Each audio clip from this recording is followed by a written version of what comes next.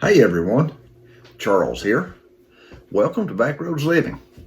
In today's video, we're going to take you on a trip with us to our local Walmart. We're going to discuss some of the items that are low in stock, although they do have some of them. We're also going to discuss items that they're out of stock on. So hang in there and we'll be right back.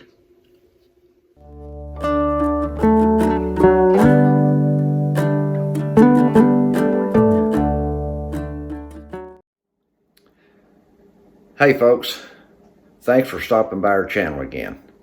If you enjoy our channel, we'd ask that you subscribe, and when that bell icon appears, if you want to be notified of all of our latest videos, click that bell icon and like our videos. Hit that thumbs up button. YouTube gives us more exposure when you do that. Now a lot of times we'll have 2,000, 3,000, 4,000 people view our videos and maybe only 100 likes on it. So if you can think to do that, we would greatly appreciate it. And don't forget to share us with your friends on social network. That's a very easy thing to do with the share button there also. And again, thank you all for stopping by, and we hope you enjoy this video. The first thing we're going to look at here today is the shelf where they have the bread mixes, cornbread mix, stuff like that, Jiffy mix, and those things. It's kind of hit and miss with this. They do have a fire supply, but as you see down here in the bottom, this bottom shelf's fairly empty. This is in the back, is I noticed it was empty. This is just the 3 or 4 in the front right here. So it's kind of hit and miss with this stuff as of right now on some of these right here. This next shelf, of course, is where the spices are at, the gravies and that kind of thing. And if you notice right here, this is the iodized salt section right there. And this is the first time I've noticed it that short. And to be honest with you, when I was taking these pictures, I didn't think to pick up any more salt. Although we do have quite a bit of salt put back. We should have picked up some more iodized salt. The next time we go to Walmart or the grocery, we'll be picking up some more of it, because some of our subscribers have told us that they're in an area where they can't find salt. So, that's something to consider when you find stuff like that that's necessities. Now, salt is a necessity, so, you need to have salt. Some of the gravies down here, I think this is kind of normal, the gravy section for our Walmart. But now they've always had plenty of salt. This time it was a little different. The next thing here are the pre-made and canned taco type stuff. And we've got 2 shelves here that just seems like they stay empty a lot. And these sections right in here, just about every time we go up there, these sections right in here are just always, this will be empty, that may be empty. They just can't seem to keep this kind of stuff in stock all the time. And I think this is probably from people putting it back and prepping it for food storage. That would be my assumption. You can see on down through here, I'll show you another picture in just a second, I think, that has some of this in it. But we've got right here, well, no, this is the sugar section. This section has actually been condensed to be made smaller right here. It used to be wider. They've added shelving right here with other items on it. So they have 1 pallet of sugar in here at a time, and it's pretty low yesterday when we went through there. I've not seen it that low in a long time, but it could be a coincidence. I really don't know. Most of the time it's stacked up pretty high like this anytime you go in there, with the exception of back in March and April when everybody made that big run on Walmarts and everything and bought everything they had. I would like to say at this time, thank you for joining us. We appreciate you following our channel, being subscribers. We appreciate each and every one of you. We appreciate all your comments you make. I enjoy reading your comments. I enjoy going through them, and there's so many great comments you guys leave. And we have so many knowledgeable people in our community here that it's just amazing. I'm always amazed at some of the things that folks come up with. So if you enjoy our channel, please subscribe to the channel and give us a thumbs up if you like the video. That gives us more exposure on YouTube. When you see the bell icon up here, click that bell icon and you'll be notified of all of our videos as we upload them. And share us with your social media friends. That really helps us a lot. So let's get back to the video. Moving right along. This is a section where the vegetables, canned vegetables right here, as you can see, canned fruits and that kind of thing. Now, before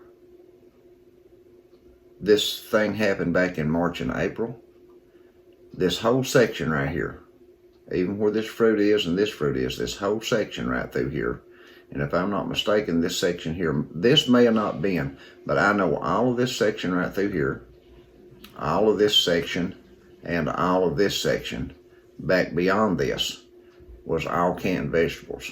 And now, as you can see, they've condensed it, and there's a very short area of vegetables in here. Now, when we went in the store today, the canned corn and canned beans, they had several flats of them on a pallet up in the front of the store. And we got a pallet of each, or not a pallet, but a case of each, a flat of each. So these things are staying like this right now. There's some of these things that are just kind of hit and miss, I think, as far as how much they're getting in and what they're getting in of it. So we're going to kind of keep an eye on that. We're going to start picking these up by the flats again. I hadn't bought them by the flat in a little bit, but I'm going to start buying flats of these again to try to get stocked up with enough vegetables to get us through for a while. I still think that we're probably 6 months is about the best we're at right now. We're trying to work on that and get it, further out. They seem to have, plenty of the canned fruit right now in a fair supply of that. We have several of those here at the house. These are the soups. Now, they used to have more soup than this. This has been condensed down smaller also, this section right here. But, they've got what they do have. They seem to have a good selection or a good amount of the selection that they do have, like the chicken noodle soup and the tomato soup and cream of chicken and cream of mushroom soup. Those things, they seem to have several of those in there when we were up there yesterday. These higher dollar soups, they don't seem to ever run out of those. I don't know. Right here, I found this kind of interesting. This was the third trip we had made, and they finally had these back in. For 2 weeks in a row, we had gone to Walmart, and they had not had any of these diced tomatoes in the large cans. We have been able to find a handful of them in the small cans. They're like 52 cents, I think, or something like that. In the small cans, maybe 72 cents. But the large ones were, I think, 94 cents for large cans of diced tomatoes. And that's a good price. Excuse me. That's a good price in comparison to name brand tomatoes, a real good price. But this is a good photo here that you can compare prices here with the prices of stuff that that you're having to pay for in your hometown. If these are any different, be sure and let us know if you're paying more or less for these items. If you see prices as you go through here and your prices are cheaper, just give us a shout out there and let us know. This is a common occurrence for us ever since this thing happened. When we go to the meat section right here, the canned meats, it's just like this practically almost every time. With the exception of this chicken section right here, the canned chicken. You can see right here there's a 4-pack of chicken. We didn't buy it because it had a bad dent in the bottom of this can, and we didn't know but what it might be damaged. But that's the only 4-pack of chicken they had in here that day. All of this back in here is empty. They had 2 2-packs, but when you buy them like that, it costs more. So we're hoping they'll get these back in this week, and we'll pick us up some more of them. And up here where the shredded beef and shredded pork, nothing, empty. It's been like that for 2 weeks now in a row. We've not been able to find any shredded pork or any shredded beef in 2 weeks. So I don't know why they have a difficulty getting that in, or if when it comes in, if it sells out really super fast. And we're not real late in the evenings getting there. Yesterday, I think we got up there sometime around lunchtime. So it wasn't real late in the day. And of course, these meats down here, these canned meats like the potted meats and the Spam and that kind of stuff, you can see all the empty space in here around all that. It's staying like that. I've not seen that fully stocked, I don't think, since this thing began. So be sure and get your meats and get them put back. The toilet paper aisle, the paper right here, you can see the toilet paper was full yesterday. There was no issue finding toilet paper yesterday. We were able to pick up a pack of that. And then right here is the paper towels. You can see them here and here. This section is completely empty. And now the thing about this is, before all this stuff started back in March and April, this whole section, along with this section right here, this section and this section is the same. It's just two separate ends of it. This used to all be toilet paper. And then on the other side of the aisle, there was a section about this large, this top and bottom on this end, that held all their paper towels. So the other side now, they've converted it to, I don't remember what was on there yesterday, but it wasn't paper towels. So they've cut back in their space that they use for supplying or stocking toilet papers. And this is the, as you can see, the cleaning aisle where you get your detergents and stuff like that, and cleaners. Not detergents, but cleaners like your household cleaners. And look at the empty shelving, and it's been like that. It has been like that since this thing took place.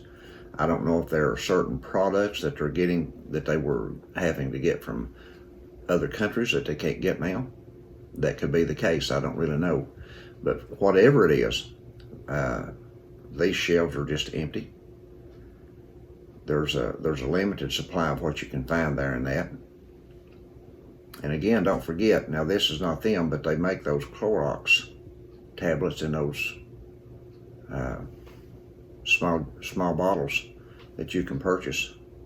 They're in the bleach aisle that you can make your own bleach with. A lot cheaper to make your own bleach than it is to buy it.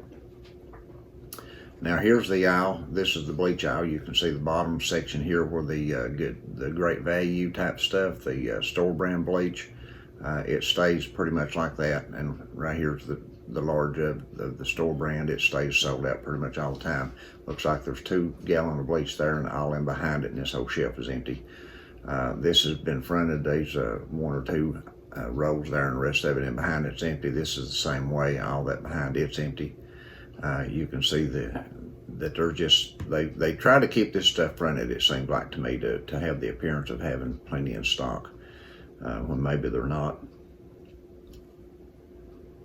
Here's the washing detergent.